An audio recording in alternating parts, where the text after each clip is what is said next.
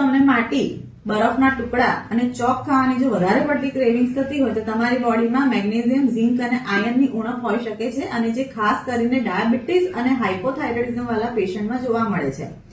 ડાયાબિટીસમાં આ મિનરલની ઉણપના લીધે blood sugar fluctuation થાય છે અને નોન ફૂડ આઇટમ્સ કે જેમાં કોઈ પણ જાતના ન્યુટ્રિયન્ટ નથી એવા ફૂડની વધારે પડતી ક્રેવિંગ્સ થાય છે. અને એવી રીતે સેમ હાઇપોથાઇરોઇડિઝમમાં પુઅર થાઇરોઇડ ગ્લેન્ડ ફંક્શનના લીધે આયર્નનું એબ્ઝોર્પ્શન બ્લોક થઈ જાય છે. એના લીધે નોન ફૂડ આઇટમ્સની ક્રેવિંગ્સ થાય છે.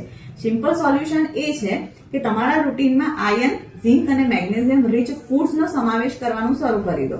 એમાં પાલક, ધાણા, ફુદીના, લીલા શાકભાજી, pumpkin seeds, sunflower seeds, sesame seeds, almonds, walnuts, કાજુ, ડાર્ક ચોકલેટ, લેગ્યુમ્સ અને સ્પ્રાઉટ્સનો રોટેશનમાં ઉપયોગ કરવાનું શરૂ કરી દો.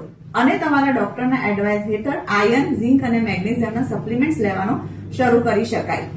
ચોક્કસપણે તમને ફાયદો થશે. ફ્રેન્ડ્સ એન્ડ ફેમિલીમાં શેર કરો અને વધારે માહિતી માટે ફોલો કરો.